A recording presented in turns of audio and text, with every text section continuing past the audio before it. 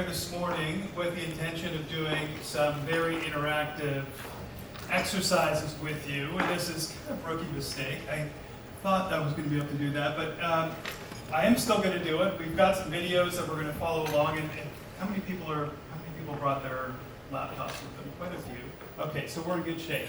So what we're going to do is going to walk through a bunch of different exercises in terms of, again, ideation, prototyping, bringing ideas to life. And so I guess I don't have to say much here. She pretty much read everything that's on the board here. So just a little bit about me and how I started this journey. This is a little out of order. I'm going to start here for a second. So about, I guess it was in 2023, ChatGPT came out. And we all heard about it. We were writing funny poems and music lyrics and things like that. But I ended up at a summit at MIT with a bunch of other YPOers, just a bunch of like CEOs, presidents, that kind of thing. And I went there with the intention of, I thought I was going to go see a bunch of robots. I didn't really know what to expect. This was, again, very, very shortly after GPT came out. I was absolutely blown away how far ahead everybody already was in terms of using these tools. And so I got quite excited about it. I became an AI certified trainer. There's a group called the Vijal Institute, which is run by a fellow named Adi out of Dubai. Again, he's another YPOer, and his goal is to train 1 million people on AI.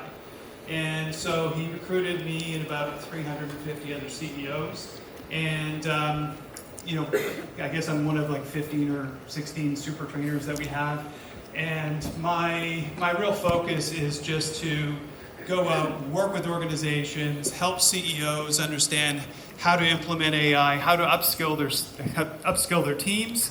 And part of the passion is I'm doing it not only for the people that I work with, but I'm doing it for my kids, I'm doing it for my friends, my family. The more I've been exposed to this, the more I realize how powerful it is. So this document here, it wasn't quite that big, but when I sold my startup business to a group out of the US. It was an insurance startup business. We grew from about 4 million to about 100 million in about 2 years, which was great, but we kind of capped out, and we were trying to land a large deal. And what we needed to do is we needed to build out 2 very robust software platforms. One was, for consumers, kind of a front-end consumer piece. So think about your product breaks down, you got to go online, file a claim, and so on and so on. This would be something for like a Best Buy as an example. And then we needed a client portal as well. So that'd be the back end. And so I'd overseen a lot of different software builds in my time. I wasn't really in the weeds as much as I thought I was. So I volunteered to write the requirements document for both of these software platforms. And really within about, 2 or 3 weeks, I had about 3 words on a page, and that was it. And I had no idea how I was going to actually show my face in the boardroom because I didn't know how to actually execute. I just seized right up. And then I realized that I sort of had some additional tools at my disposal, and one of them was ChatGPT. This is back in the day when it was 3.5, so it wasn't that powerful. But I thought, okay, I can't get off page 1. What am I going to do? Everybody's depending on me. So I started having a conversation with ChatGPT, and I started using it as a thought partner. And so, again, I was 2 weeks in. This project I thought was going to take me about 30 days. By the end of that day, I had essentially written both documents, and they're fairly extensive. They're about 60, 70 pages apiece, fairly technical. I know nothing about coding. I was writing code for some of these applications, like source code and base code, doing some of the UI, some of the UX. I couldn't believe how far I got. And then at the end of it, I was looking at these documents going, my God, this is unbelievable. But is it right? You're hearing about hallucinations and things like that. And so I was trying to get citations to make sure all of the stuff was working properly. And I finally said, well, screw it, I've got to present it to my CTO and see what happens. So I sent both docs to him, and we're going to send it out and have it bid on by a couple of different companies. And I expected blowback, and I got nothing other than I think I had a spelling mistake on it.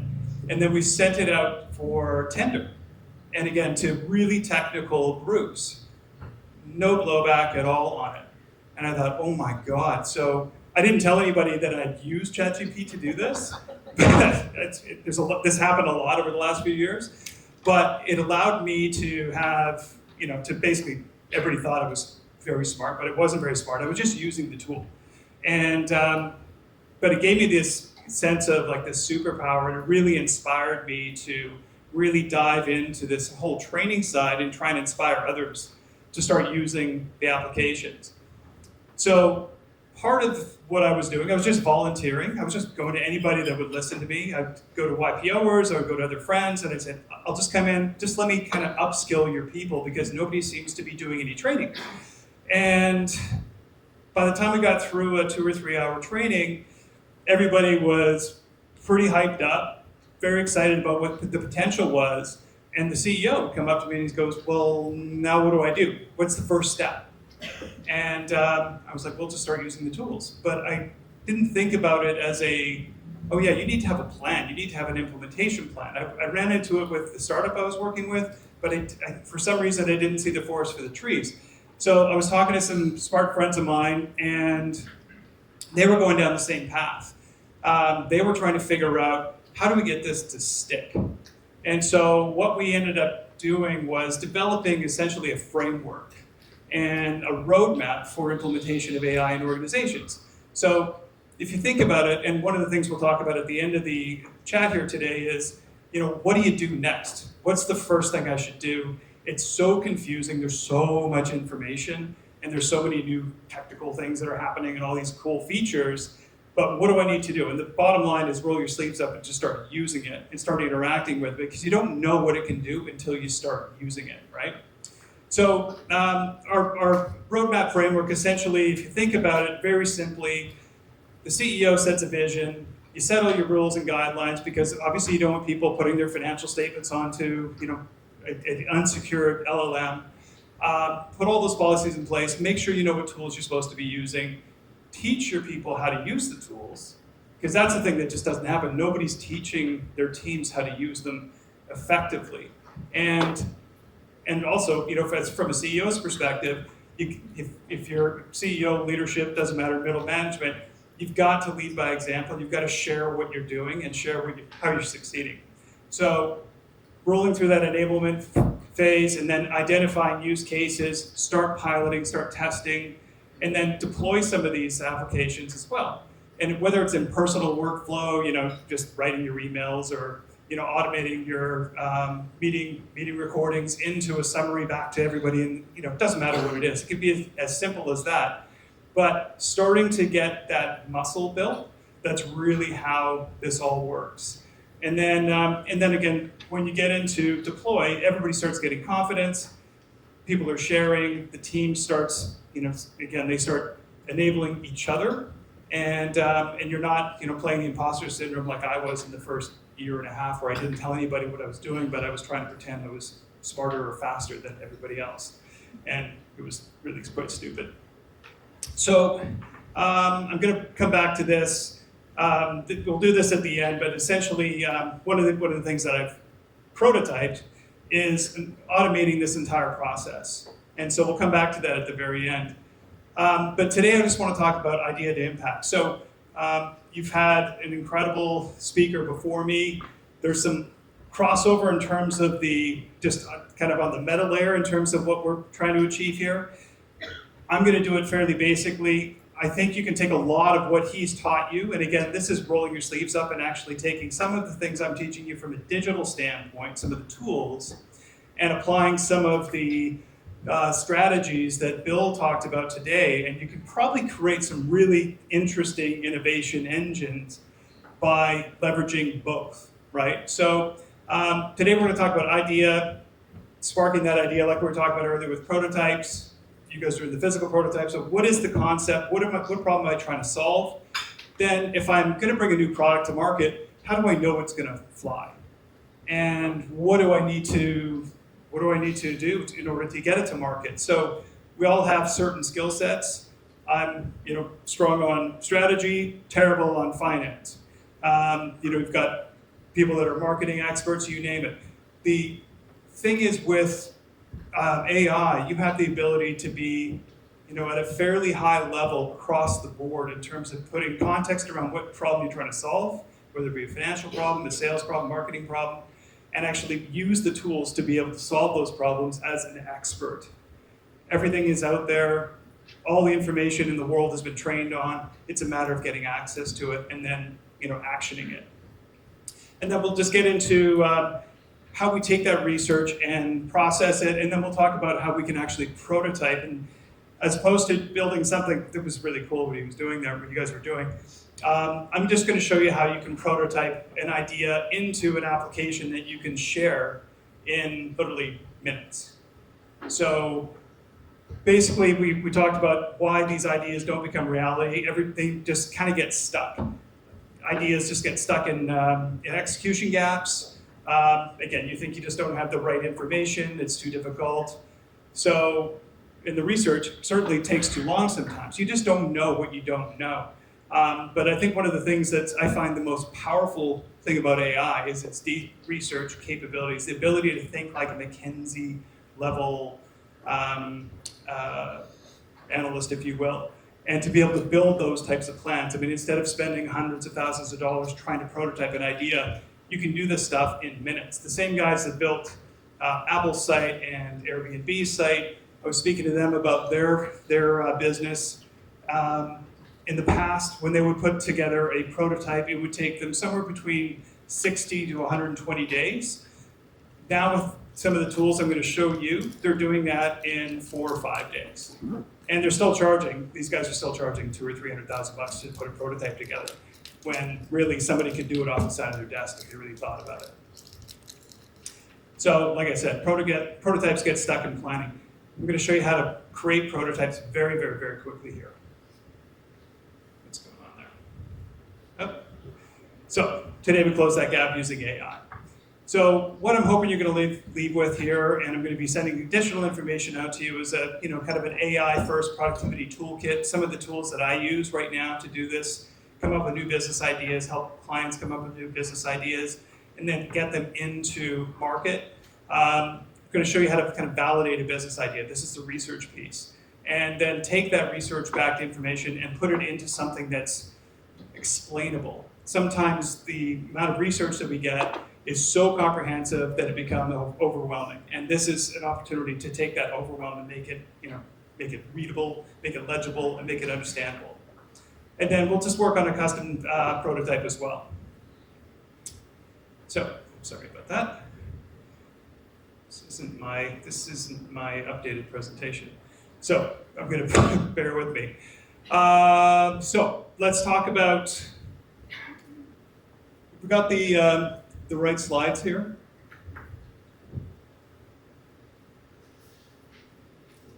Sorry guys, there's a video that's supposed to be right there, so I'm just looking for it. Anyway, so let's just, oh, here we go. Oh, you put that into another presentation, okay. No problem.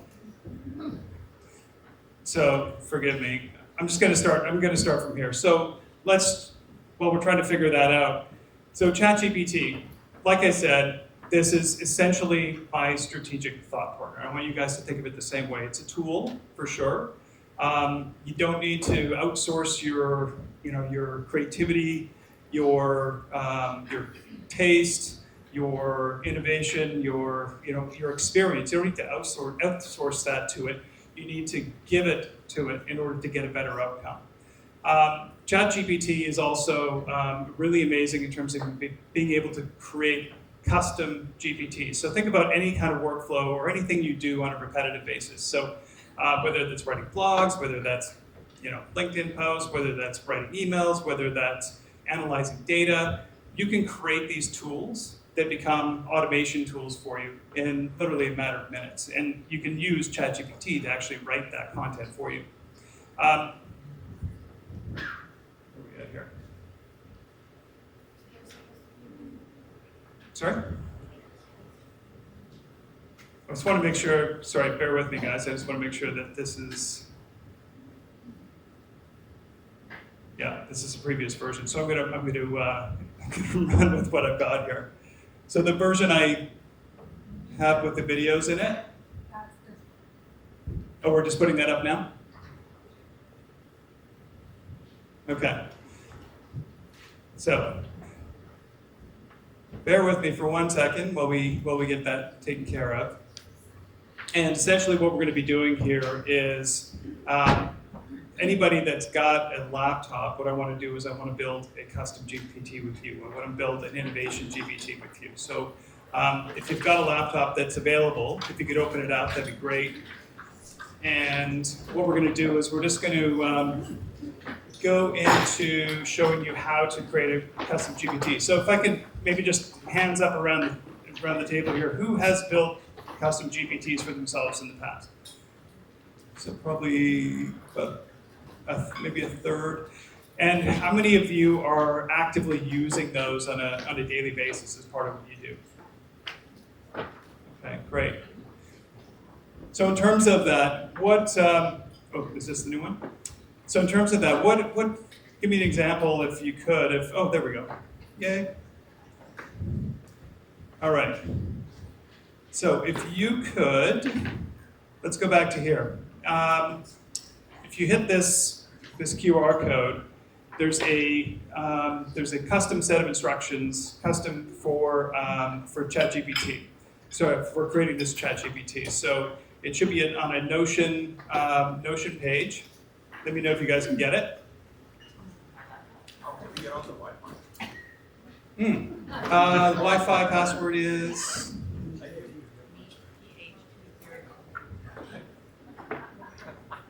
Okay, it should be on your table there, I think. Oh, okay. Wi-Fi, PH meeting, and the password is meet, uppercase M, lowercase EET, and then uppercase PH, 2022.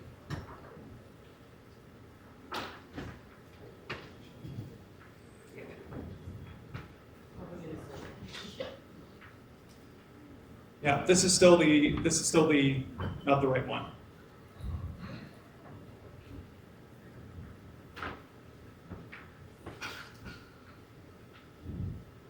All right, so anybody able to get access to the custom instructions on that page? So there's okay, great.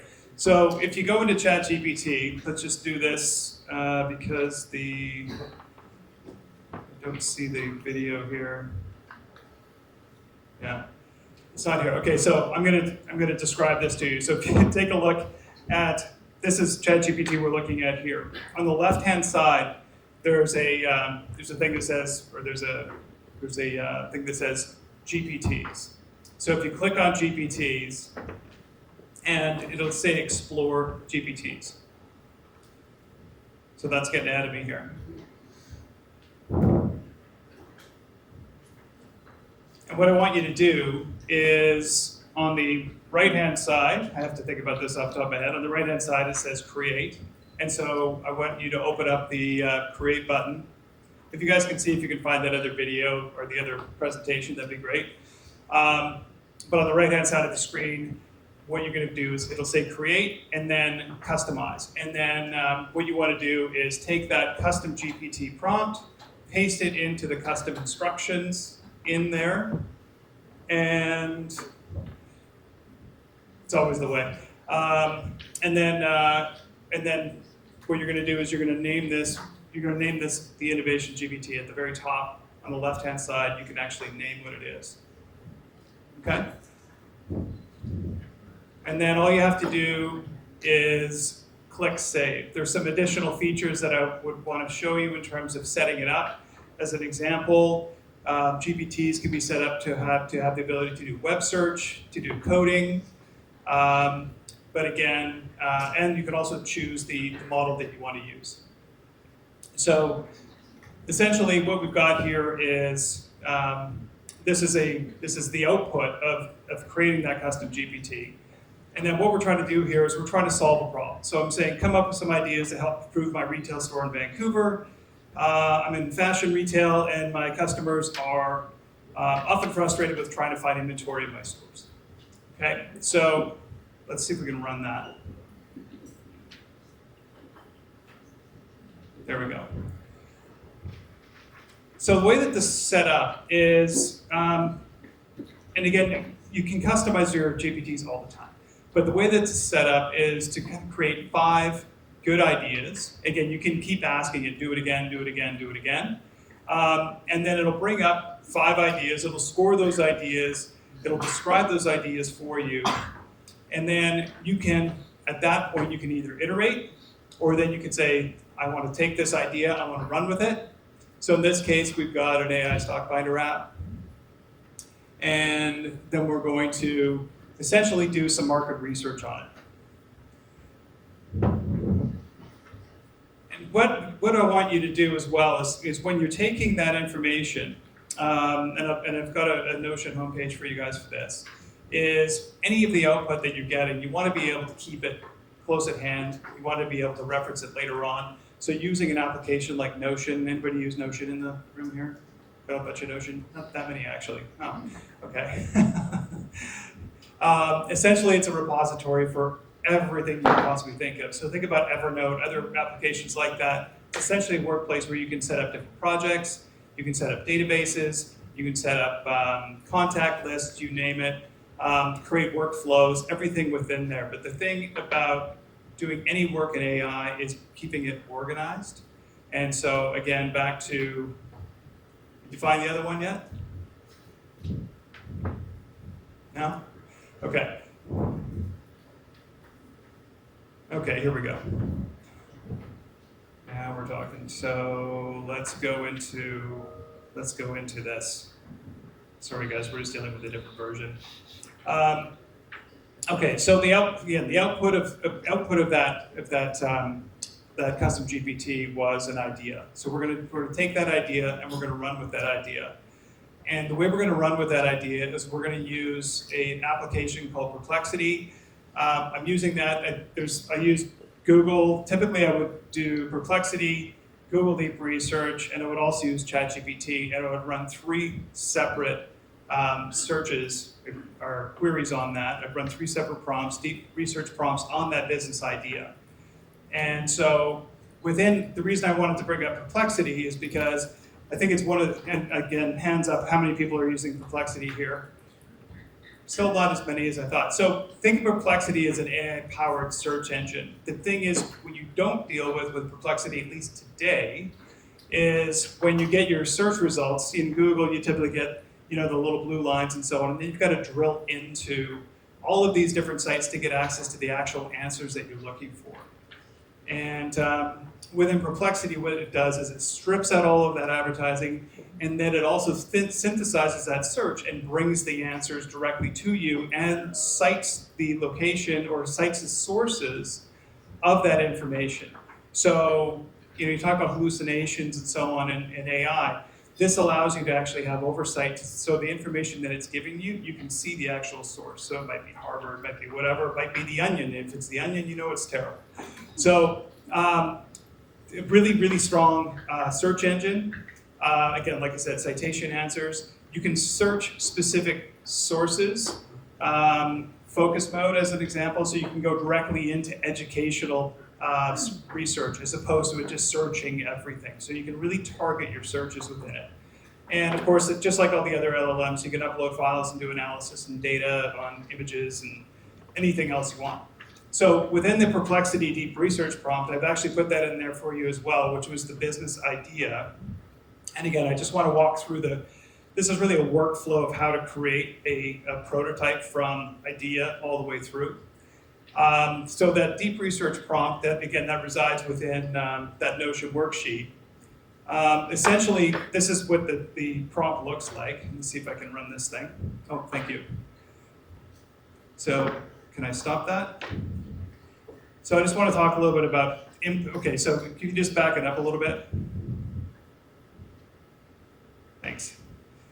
Right, so the key thing about doing any research, doing anything with prompting is to have the proper roles and context, because you want the LLM to think like the person that's doing, or think like the expert that's doing the work.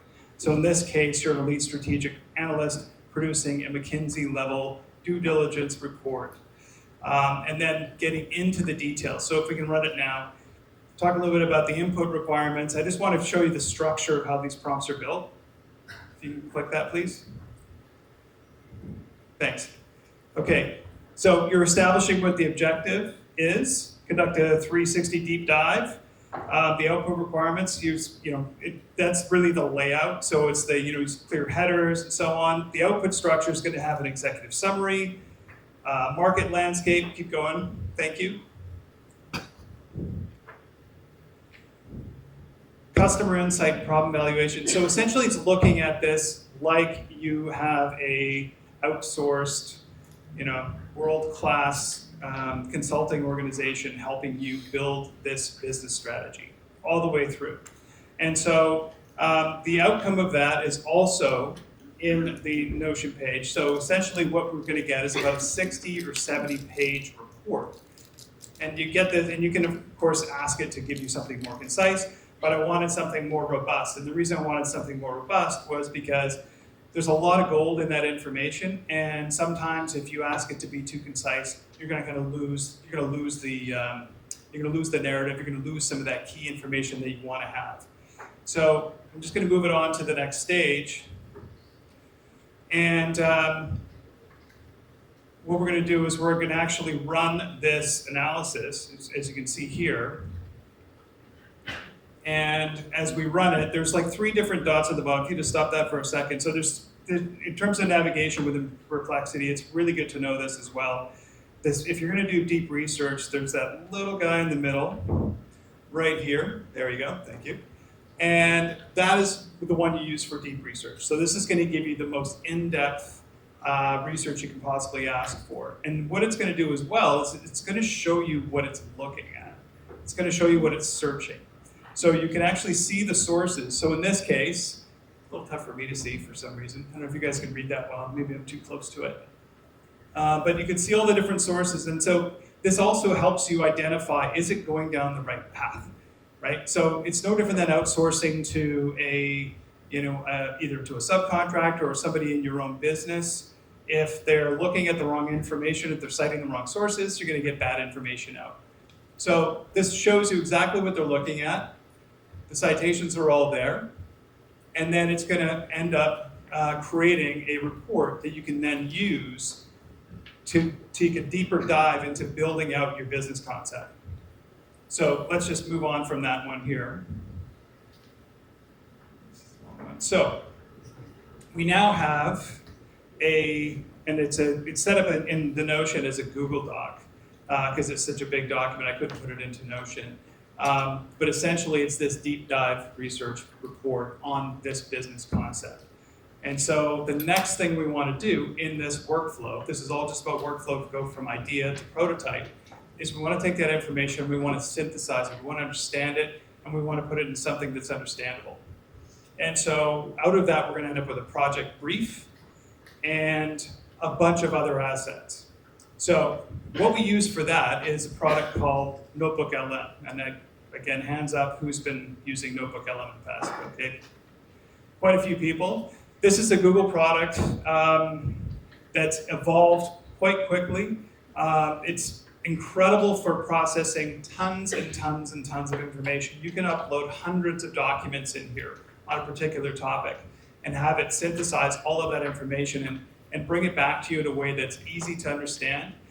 And so I'm going to show you, it does a couple of different things. One is you can build up research briefs. You can build up FAQs. You can build up mind maps. You can also build up podcasts or audio overviews of that content.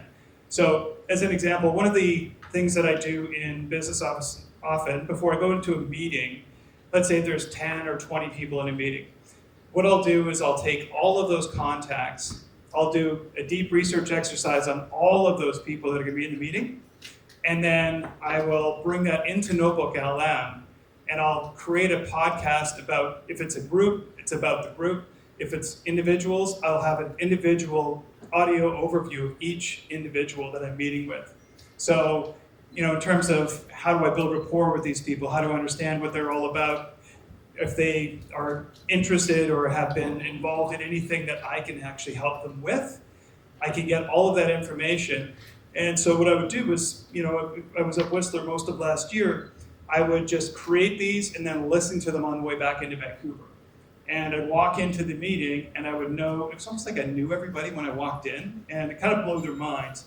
And the other thing it's kind of a nice hack as well, is those podcasts or those audio overviews you create, you give those to those people afterwards, and it blows their minds. It's kind of like a gift with purchase type of thing, right?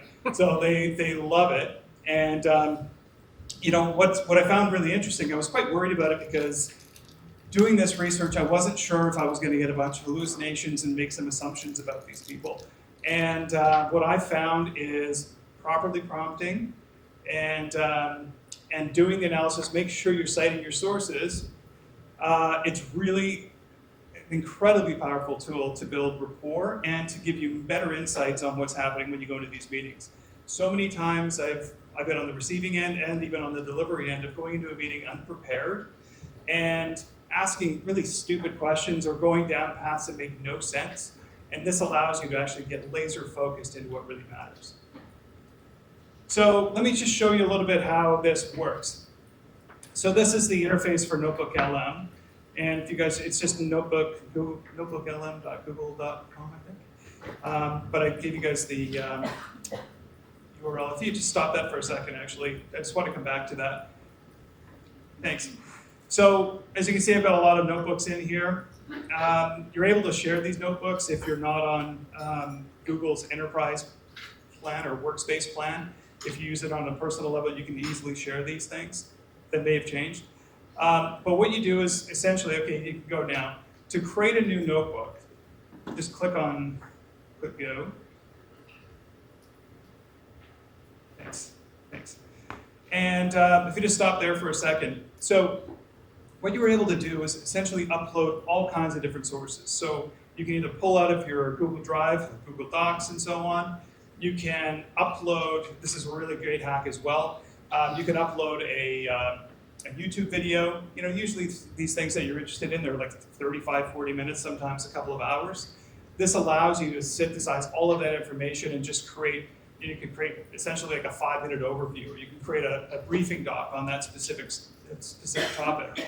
And you can mix and match all of these different assets. So whether it be videos, audio, copy text, or just uploading docs, doesn't matter. You can do all of that in one place. So if you proceed forward, and what this is going to do,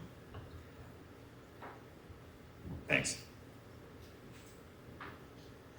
Yeah, just move forward there. So what's going to happen is you can upload all this information, and it'll process this information. Here's what I've done: is I've taken that entire deep dive research, copied and pasted it, and put it directly into Notebook LM here. And then what it's going to do is it's going to produce a summary in the center here. The asset is on the side, so all of the resources that you create are on the side. And then, there we go. And then what you're able to do from there is you can do a number of different things. You can look at this information in a number of different ways.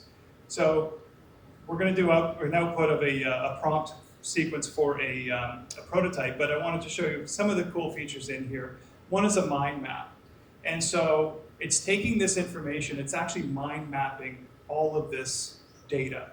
And so if you take a look at it here, this is the storefront business plan, the 60-page business plan. And if you could just stop it right there for a sec, that'd be great, thanks. So we've got the different core sections: core value prop, minimum viable product, technology, and so on. And then the real-time inventory sync, mobile optimized customer portal, and then drilling into, on the real-time inventory sync, bi-directional API integration, multi-location and SKU tracking, and all of that information resides within that business plan. And this allows you to then drill into it and keep going. Thank you. And as you can see here, the deeper you go into it, and if there's not a little dot or little chevron at the end of it, you click on that that source, and it'll actually summarize that source in a brief for you. So you can really start interacting with the information in a really effective way. It's awesome. It's a killer tool. It's one of my favorite tools, and I use it to, again, use big ideas or big piles of information and be able to interact with it. What you're also able to do is create briefing docs, study guides, blog posts. You can even do product roadmaps. Any of that information can be synthesized and put into a format that's usable for you. So just thinking about your daily workflow, taking a huge report, put it into Notebook LM, create different briefing docs. You can provide direction on what you want to see in those briefing docs. And again, just speeds up your ability to process information, get through a lot of the garbage, and again, move you through your workflow. So we're going to keep going here for a second. Don't move on to the next slide yet. There's one other piece here that I wanted to identify. I was talking a little bit about audio overviews. They've recently introduced video overviews as well. Some of you may have seen this. So it'll take this concept, this idea, and it'll turn it into an actual presentation for you. Right? So no bigger pain in the ass than actually having to build like a PowerPoint presentation and so on. Now this is you can keep going forward, thank you. This is as bad as it's gonna be right now. It's gonna get better and better and better. So you're gonna see the graphics, the UI is okay. It's not amazing. You can't actually manipulate what the output's gonna look like. But essentially what I've done here is I've created I think a 6-minute video on what this concept is.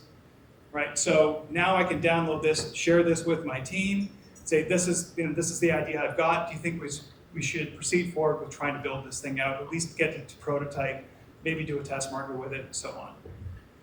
So let me go to here. Can you play that for me? So I'm going to give it like 2 minutes here. I'm just going to get out of the way, and hopefully is the audio working?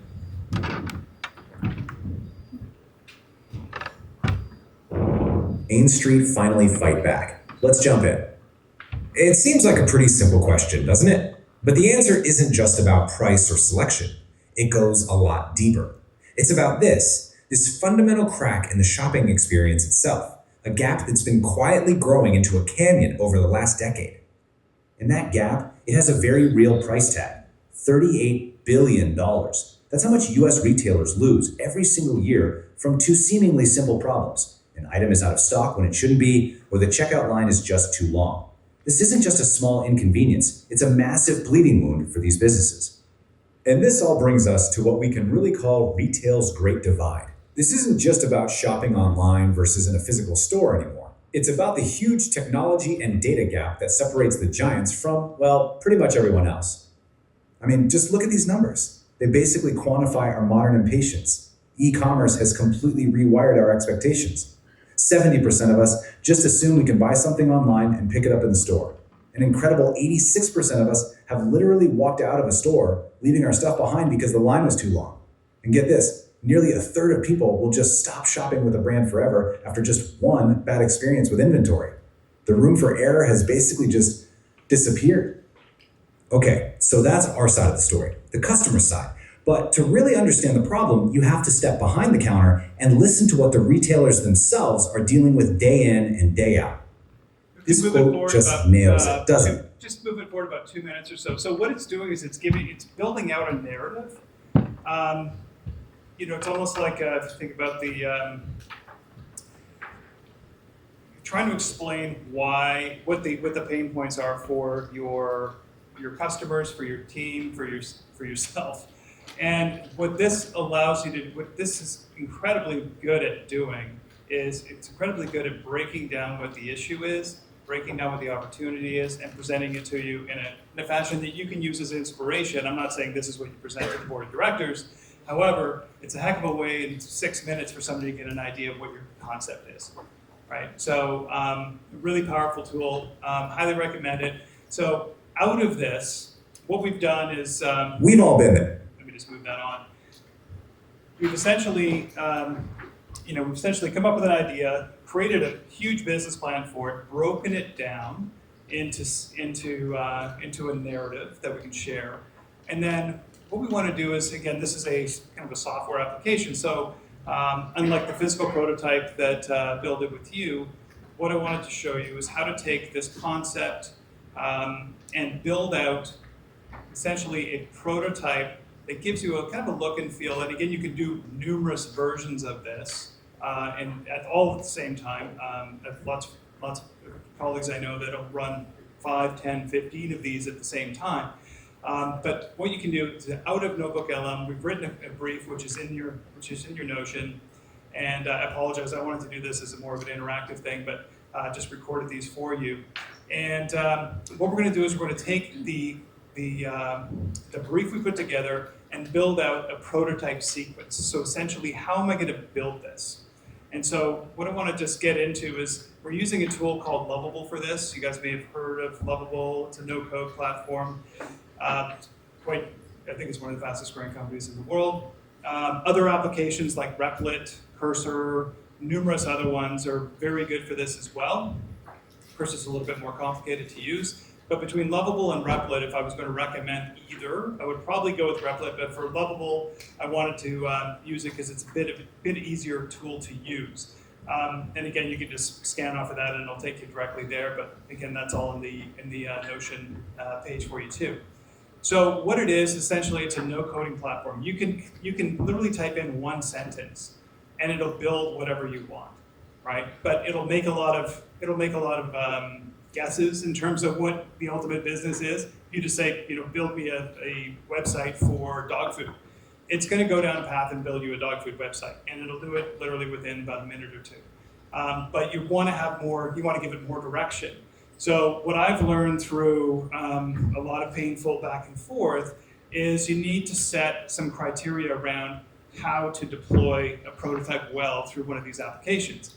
And again, I've added that to your Notion page, but one of the other things that's really important about this is, and we'll show you what the output looks like, is once you get this prototype to a place where you like it, where it's functioning properly, and all you have to do is interact with it. It's literally talking to it back and forth. You can either type it in, or you can use voice commands and for transcribing, and just put it into the instructions. No different than interacting with ChatGPT or any other LLM, and you end up with an output that is ultimately quite good. And it problem solves for you too. In the past, as an example, I'll just give you my previous example of something I was building, and the thing that I showed you at the beginning of this lecture was I put out an offer to a large business group to do an assessment of their organizations from basically an AI readiness assessment, where you top down, bottom up, what opportunities are there for you to leverage AI in your organization and other ways. And so I put that out to a group of business owners, and at the time it was through a WhatsApp chat, and it just started. It was a new WhatsApp chat for YPO AI, and so I think there were 15 members just when it kicked off, and I just said, "Oh, this is what I do for a living. Here's what I'd like to do. I'm offering this up for no charge, just to my buddies." And I did this while I was on the plane. When I landed in Toronto, on the way there, I think I did this over Winnipeg. By the time I landed in Toronto, I had 11 meetings booked in my calendar out of 15 people that were in the chat group. I was like, oh my God. So I had no idea who they were, number one. So I wasn't prepared to deal with the onboarding these people, even to qualify them, whether or not it made any sense. And again, some of those meetings were booked while I was on the plane. I was supposed to be on a call while I was on the plane. So I spent probably about 4 hours on the way home from that trip, just interacting with ChatGPT, and said, this is my problem. This takes me an hour or two to prepare for. It takes me an hour or two to actually conduct the interview with these CEOs, and then it might take me 5 or 6 hours to put together a report back to them. It's a lot of work. And I want to make sure these guys are qualified, and that I really need to figure out a way to automate this. So by the time I took off from Toronto to the time I landed in Vancouver, back and forth with ChatGPT, I came up with the entire prompt sequence to build out an automated onboarding AI assessment tool. So at the end of this, I'll send you guys a link to it. It's still in prototype stage, but I've been using it with business leaders, and essentially it gives you kind of a top-down, bottom-up readiness assessment of your organization and even AI in your family life. And so, again, one of those aha moments. At the same time, all the back end side of it, the data, all of that, databases, the email follow-ups, all of that was integrated directly into it by writing out a very comprehensive prompt sequence, which I just had ChatGPT help me write. So if I started down the path of trying to build it out just by saying, I need to build an automation tool, it would go down a totally different path than where I ended up. So with this storefront prototype that we're talking about here, what I've done is I've tried to put some structure around it. So let me just talk a little bit about this. So one of the things when you're doing no-code applications like this, so if you can just go back just maybe 20 seconds. Yeah, right about there. And just about, yeah, so just at the bottom there, app definition. So, and this was part of a conversation I had with the fellows that had built out Apple's website, Airbnb's website, and so on. They were in Vancouver for the web conference, and they said that of these applications that they build, they'll get 2 to 3 months into an application, and it'll be so far off track, they'll have to bin it and start all over again from scratch. And part of the reason is because the scope and the requirements document, what they wanted this app to actually do, completely lost it. And because they didn't define it well enough up front. So in terms of building out a really strong prototype prompt is, setting your app definition. So in this case, you're building an MVP for Lovable, for a SaaS product called Smart Storefront Companion, what it enables, and so on. This becomes the foundational layer so that if you do get off track as you're starting to vibe back and forth with this application, you can say, please take me back to where this all started. Like, where did we stop? Or where did we get off the tracks? And the other cool thing about this application as well, Lovable and Replit and others, is if you do see it going off track, you can actually go back to where you were 2 or 3, maybe 4 weeks ago when the application was going down the right path, and you can take it from there. And so even though you've done this work, and even though it's gotten off the rails a little bit, you can still capture it and get it back. So maybe we can just run that again for a second. Is that me? Sorry, breathing heavy. Usually not that creepy. Prompt 2, data model setup. So again, settings, instead of letting this, because what'll happen is these vibe coding platforms will actually start making assumptions as to what should happen. So if you plan this well enough in advance, as best you can, and again, one of the magic things about this, a friend of Bill and mine named Jeremy out of San Francisco, he's another Stanford professor. One of the great things about vibe coding is you go into it with an expectation, you say, this is what I'm trying to build, and it comes back with features and ideas that you never even considered. So it's part of the creative process, but it's kind of out of your hands, and really it's quite powerful to see an application like this go down a path and give you more inspiration because you didn't even really expect it to happen. So if you just keep going, and again, this gets into things like API integration. So as part of the application, we're going to be using large language models to analyze the data. So I need to be able to plug into ChatGPT's API or OpenAI's API. Again, it's a bit technical, but planning ahead and understanding what data sources I'm going to be accessing, understanding what other applications I might be plugging into. Again, we're talking about a retail application, so I might have to integrate with Shopify at some point or whatever. This allows you to get ahead of the game on it. Okay, then let's move on to the next. And again, I'm sorry we're not building this in real time, but so this is the prototype of. Let's move on to actually building it. So if you can press play now, I think that should work. So this is Lovable's interface, and you can see if you just stop right there, all you have to do is, again, you can type in one sentence. So if anybody's logged into Lovable, type in anything. Type any idea you guys have. If you want to build a landing page for your business, if you want whatever it is, it doesn't matter. If you want to build a retail store that looks just like Apple's, it'll build something very similar to that.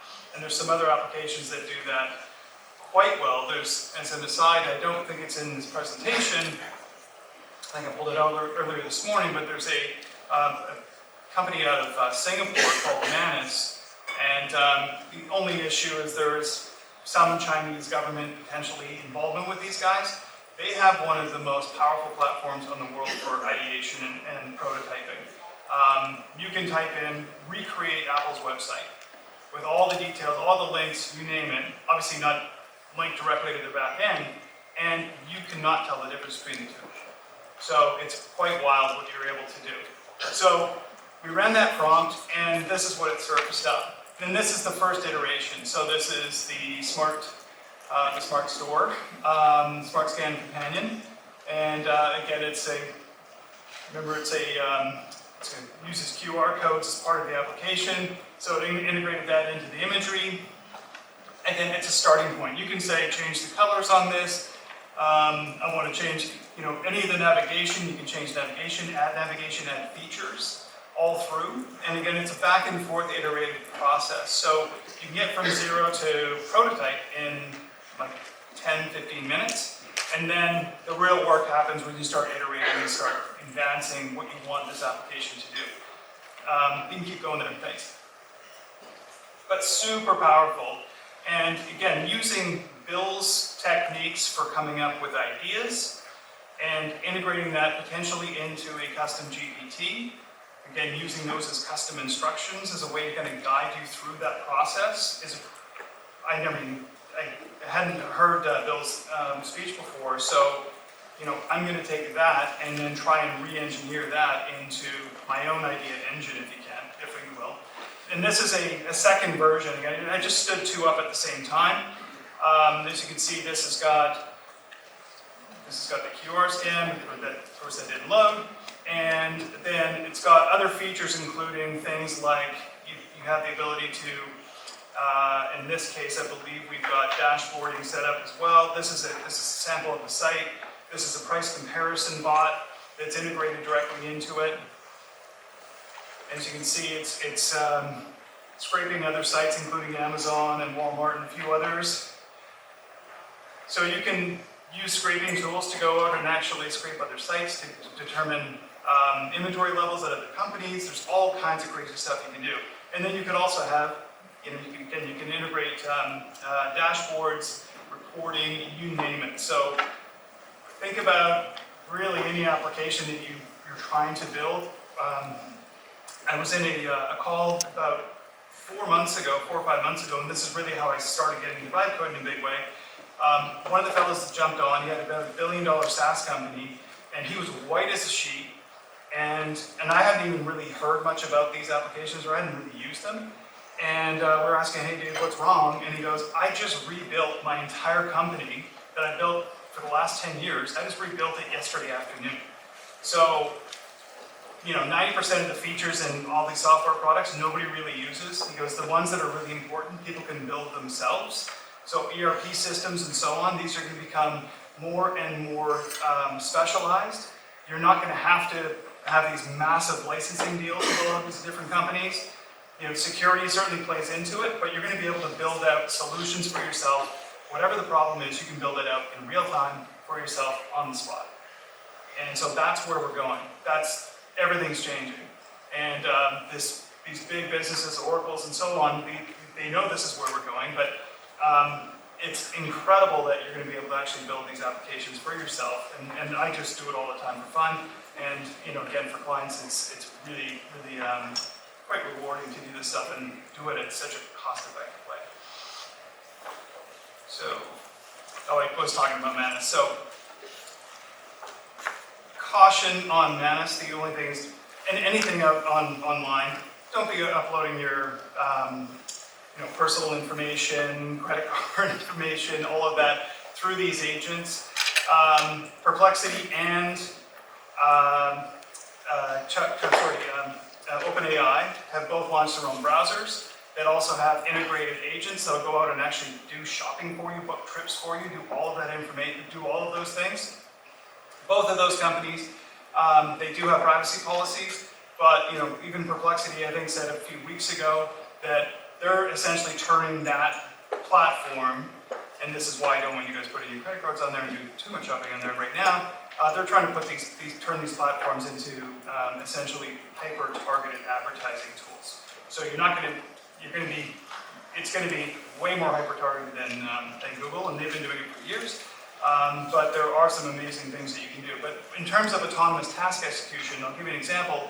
If I had the names of everybody in this room, I'd be able to take that list, put it into Manus, have it go and scrape your LinkedIn profiles, anything else you guys have done, provide a report back to me in the CSV file, as well as a full, full document about your whole background and so on and so on, that I can then utilize, from a marketing standpoint. But I'm not going to do that. But I can utilize it to profile the people I'm looking at, understand who's involved in these conversations.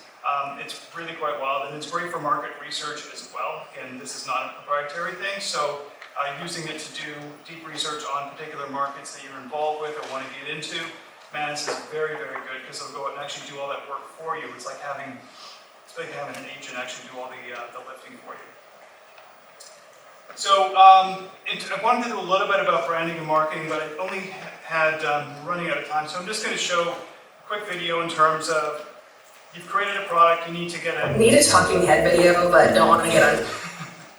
Great. So you create a product, you want to tell the story. So there's different ways you can do this. One is you can film yourself doing it. The other is you can create your own avatar, either with yourself. I hate looking at myself online, so I use other avatars.